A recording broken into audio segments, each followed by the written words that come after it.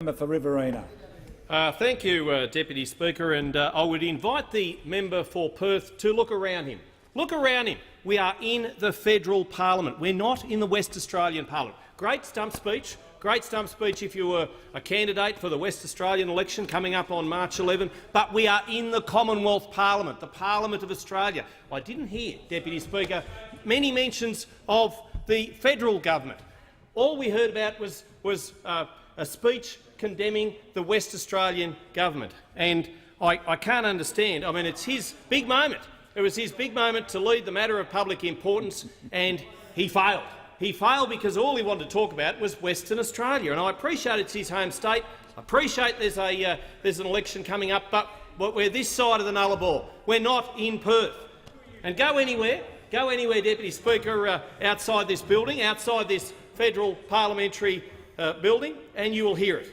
Go anywhere outside this building, Deputy Speaker, and you will see it. It's the heartbeat which drives the nation, the sound of ambition and drive. It's the sound of success. It's the hard work of Australia's 2.1 million small businesses. The member for Shortland gets it. He understands. And from the inland to the coast, in the cities and the suburbs, it's a sector which strives every day, Deputy Speaker, to better the lives of Australians, create more jobs, provide the goods and services that Australians, whether they live regionally, whether they live in the capital cities, demand, expect and deserve. And we are a government, a federal government member for Perth, which understands how inextricable the bond between success and small business is. Today we're here to talk about the interests of local workers and consumers. The member for Perth might have forgotten that. I mean, he wrote the line but forgot to prosecute the argument.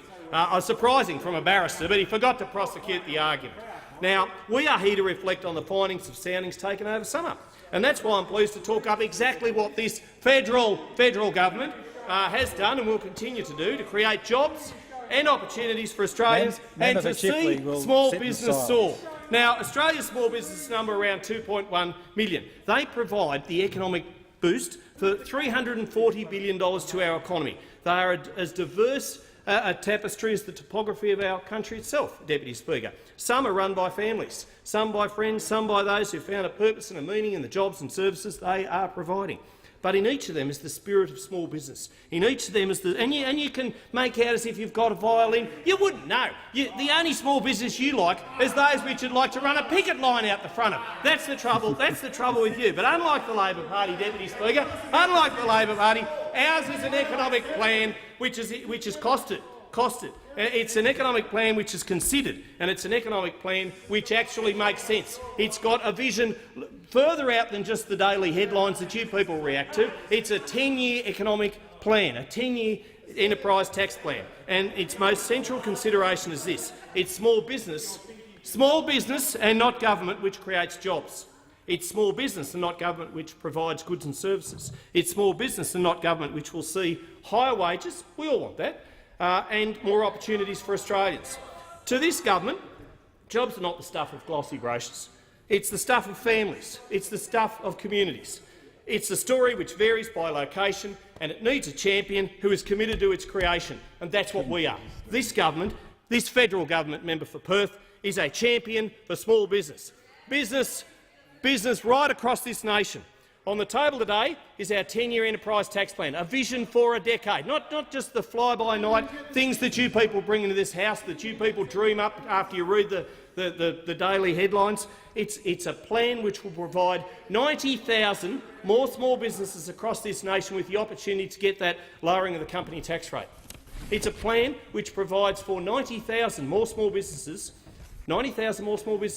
to get access to the instant assets write-off. But there's a roadblock, Deputy Speaker. There's a roadblock in the way of those great small businesses, those in the electorate of Cowper, those in the electorate of Capricornia.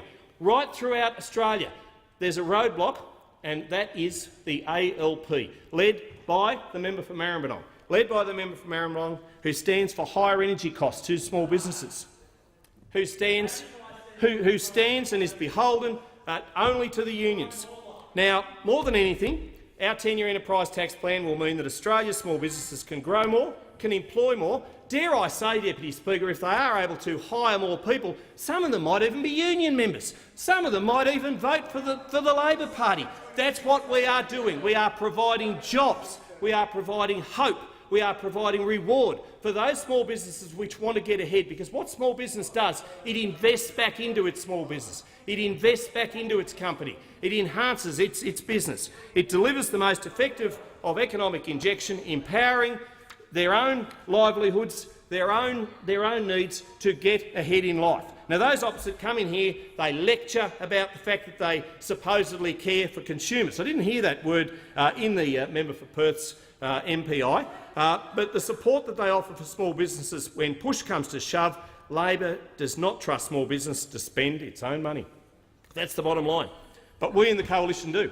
We in the coalition do, and we want to provide more money for those small businesses so that they can generate more jobs. We know that tax cuts for small businesses deliver more jobs, higher wages, better services and expanded opportunities for a few simple reasons. Because we've run our own. We've run our own. Successful ones too, I might add. We've taken risks. We've employed people. We know from our own experience that local workers will get a better opportunity from local businesses which are empowered to employ them. We know from our own experience that local consumers will be better catered from local businesses empowered to take a risk, to branch out and to pursue a new opportunity. And we know this because we listen. We consult. We spend time in our local small business community and we actually listen to what they have to say. Now, I've listened to businesses everywhere, from the electorate of Cowper. I'm looking forward to going to your electorate very soon, Deputy Speaker, to hear from the small businesses in your community. And I'd love to go and talk to those in the member for Rankin's seat and to hear what they have to say, to hear the fact that they want to get behind a lowering of the company tax rate, to hear that more of them want to take advantage of the instant asset write-off.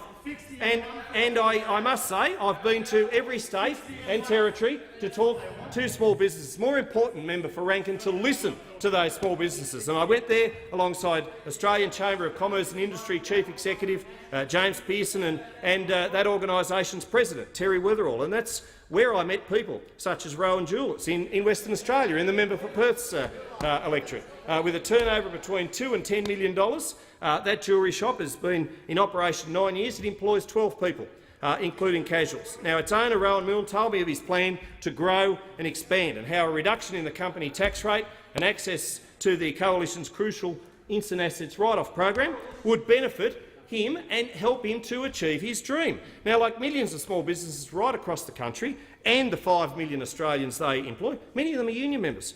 Rowan Milne knows a turnover of more than $2 million isn't a big business. It's the engine room of our economy. And just a little note to Labor, just because you might be generating anywhere between $2 and $10 million turnover does not mean to say that's what you're putting in your pocket as take-home. It doesn't mean to say that that's profit. But you people seem to think that a company with a turnover of $5 million is in clover, and all you want to do is whack them. That's why we know our plan will work. We know on this side that our 10-year enterprise tax plan will work. And you know why?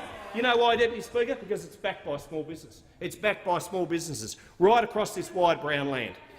Now, because protection for our workers and small business is central to our economic plan, we're getting out. We are listening to them. Ours is an economic plan which actually understands the economy. It's a plan which wants to see the economy grow and pay back some of Labor's debt, and put more Australians into jobs with opportunities for their children and their children's children. It's a plan, Deputy Speaker, about confidence. And whether you're in a capital city like Perth, or whether you're in a regional community like Dubbo or somewhere where you represent, Warriolda, Deputy Speaker, wherever, it gives small business the confidence to grow, confidence to employ more people, confidence to take a risk with your own money. Not union money, but with your own money. It's a plan which is already working, Deputy Speaker. Listen to them go. Here you mention the word unions and you get them going. You get them almost jumping out of their seats because you're beholden to unions. Yes, you're self-owned subsidiaries to the union movement, and that's the trouble. Get on board with small business. Don't worry too much about what the lefty unions are telling you. The lefty unions will just take you down a path of higher energy prices, of doing all those things, of stop work meetings. Get on board with small business. Back our 10-year enterprise tax plan. Back the instant assets write-off. Back the lowering of the company tax rate. Get on board with those companies which are employing Australians, creating employment, creating jobs, creating opportunity, and stop being a roadblock to this great economic plan. Thank you, Deputy Speaker.